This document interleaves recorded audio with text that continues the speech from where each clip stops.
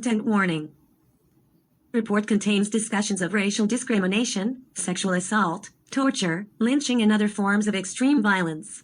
The report contains unedited historical quotations and photographs of white supremacist hatred, torture, lynching, autopsy, and other forms of graphic violence. City planning for segregation. Black zoning ordinances. From the Civil War into the 1960s, as local governments planned the layout of their cities, they used planning regulations called zoning ordinances to prevent African Americans from living in certain neighborhoods. 115 First, city officials in southern cities in the early 1900s passed black and white zoning ordinances to ban African Americans from living in white neighborhoods. 16 When the U.S. Supreme Court found that these explicitly race-based zoning ordinances violated the federal Constitution in 1917, city officials used other zoning ordinances as proxies for race in order to maintain all white neighborhoods. 117. 1960s to 1900s, when African Americans first left the rural South for the urban South, racial violence escalated, leading to a number of large-scale race violence and massacres across the South. 18 Soon after, anti-black zoning ordinances were enacted in the South and nearby cities. 119 and 1910, Baltimore enacted the city's anti-black zoning ordinance, making it illegal for black people to move to were more than half white, and vice versa. 120 Edgar Allan Poe, Baltimore's city attorney and grandnephew of the famous poet, declared that the zoning was constitutional, and the city's mayor stated, blacks should be quarantined in isolated slums in order to reduce the incidence of civil disturbance, prevent the spread of communicable disease into the nearby white neighborhoods, and to protect property values among the white majority. 121. Other southern cities followed Baltimore's example, including Winston-Salem, Atlanta, Oklahoma City, Miami, Birmingham, Dade County, Miami, Charleston, Dallas, Louisville, New Orleans, Richmond, and St. Louis. 122 Although only about 10% of African Americans lived in the North at this time, anti-black ordinances were popular nationwide. 123 In 1915, the new republic argued for residential racial segregation until Negroes ceased wanting to amalgamate with whites. 124. U.S. Supreme Court declared racial zoning ordinances unconstitutional in 1917. States and cities ignored the decision for years. 125 In 1927, Texas passed a law authorizing cities to pass ordinances segregating blacks and white. In 26 other cities, like Atlanta, Austin, Kansas City, and Norfolk, made discriminatory zoning decisions based on official city planning maps that explicitly labeled neighborhoods black, until as late as 1987. 127. Company towns. Late 18th century, large corporations planned and built entire towns for their workers and attracted them with benefits including housing and mortgages. 28 When companies began hiring African Americans after the Great Migration, these companies typically offered black workers housing that was lower in quality. 129. Company towns like Gary, Indiana, and Sparrows Point in Baltimore County, Maryland, the best housing and jobs were reserved for American-born white managers. 30 The worst jobs and the smallest, shabbiest housing went to African Americans. 131 In Sparrows Point, Maryland, the site of Bethlehem Steel, black residents were segregated from white residents. 132 Two-room bungalows with outhouses originally constructed for black workers were given to white immigrants when there was a housing shortage. 133 Black workers were forced to rent bunks and shanties that were originally intended as temporary housing. 134. Neighborhood zoning. Supreme Court declared explicit racial zoning unconstitutional in 1917. City officials developed new strategies to segregate black residents from white residents by neighborhood. Government joined this effort. In 1933, President Franklin D. Roosevelt's appointment to the National Land Use Planning Committee, Alfred Bedman, explained that cities and states needed to establish planning commissions for zoning to maintain the nation and the race. 135 These new zoning strategies included: officials zoned neighborhoods for single-family homes, without change for decades. 136 This prevent complexes from being built, which effectively kept out African Americans who were less likely to afford single-family homes. 137 influential experts like Columbia Law School professor Ernst Fruin stated that the coming of colored people into a district was the more powerful reason for the use of zoning, rather than the creation of single-family neighborhoods. 30th United States Supreme Court decided that this type of zoning law was constitutional in 1977. 139. Officials relaxed or did not enforce zoning laws against white residents, but strictly enforced them. African Americans and other people of color and effectively chased African Americans out of certain neighborhoods. 140.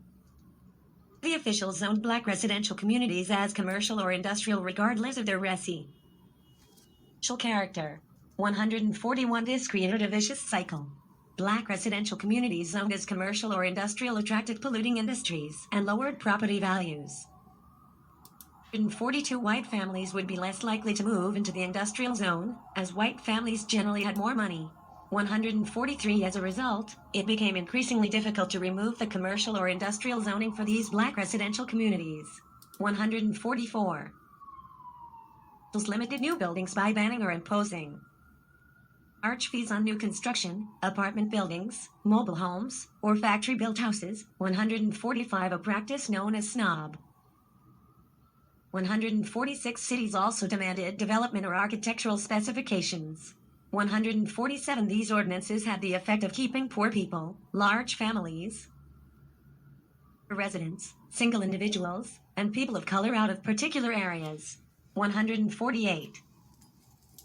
Used dead-end streets, highways, cemeteries, parks, industrial spaces, and rail lines to boundaries between black and white neighborhoods. 149. Black people were even prohibited from burying the dead in white cemeteries. 150. And from using parks. 151. These were often used in combination to maintain the segregated nature of a neighborhood. For example, in the street metropolitan area where 18-year-old Michael Brown was shot in 2014, city officials used a planning map that listed the race of each building's occupants to zone black neighborhoods and the land next to black neighborhoods for industrial development in 1919. 152. The author of the city planning map explained that the goal was to prevent the movement into finer residential districts. People. 153. In order to navigate the racial hostility that this segregation caused, African Americans created their own maps, travel guides, and other publications. 154. For more information on this form of counter-mapping, see Chapter 11, An Unjust Legal System. Neighborhoods were zoned as residential, and the single-family homes in those neighborhoods used restrictive covenants, as discussed below, to prevent black residents from moving in. 155. This ensured that the neighborhood stayed white. 156. The black neighborhoods were zoned to permit polluting industry, liquor stores, and brothels, which were banned in white neighborhoods. 57. Later, the federal government cited the fact that black neighborhoods were close to industry and vice as a risk to property values. 158. Based on the federal government's analysis, private banks refused mortgages to African Americans in a process called redlining. 159. Policy. Used the decision of where to build a school as a way to concentrate African Americans in neighborhoods with underfunded schools. 160. This strategy is referred to as a school siting policy. 61. Cities first banned black families from sending their children to white schools, then moved the only school that black students were allowed to attend into designated black neighborhoods and did not pay to transport black students who lived outside the black neighborhoods. 162. 1928, the city of Austin, Texas, adopted a master plan to create a Negro district in order to implement segregation, which the plan warned cannot be solved legally under any zoning law known to us at present. 163. The mechanism worked well. In 1930, Wheatsville, a racially mixed community in Austin founded by a formerly enslaved person, was 16% black. 164. In 1950, the black population of Wheatsville was 1%. 165. After city officials segregated Austin, the Negro District, 166 on the east side had more unpaved streets, broken sewers, and fewer public transportation. 167. The city did not enforce the residential zoning ordinances, so the neighborhood became increasingly industrial. 168. City officials in Atlanta used segregation maps to guide the school board's decisions on which schools to close and where to build new schools. 169. California.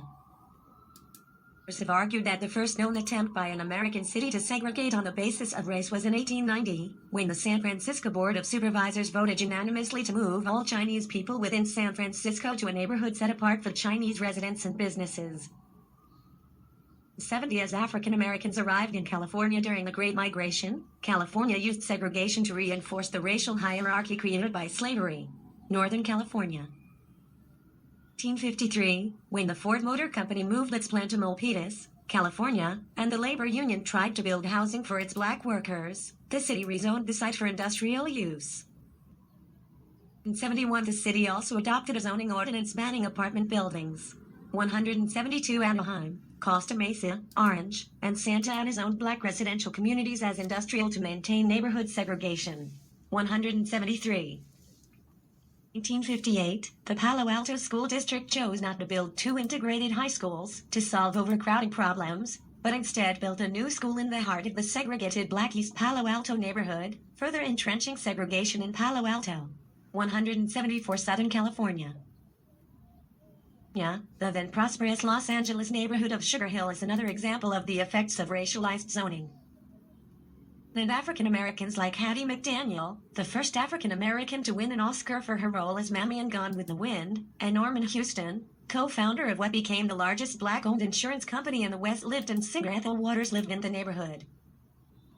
175 Waters remembered the day she moved into her house. During the day the moving men had brought my things, and when I saw that they had placed each chair and table exactly where I wanted, I burst into tears.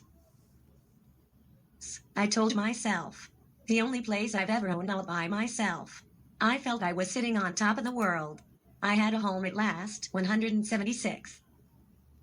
1945, the White Neighborhood Association sued to apply its restrictive covenant and evict the black families living there.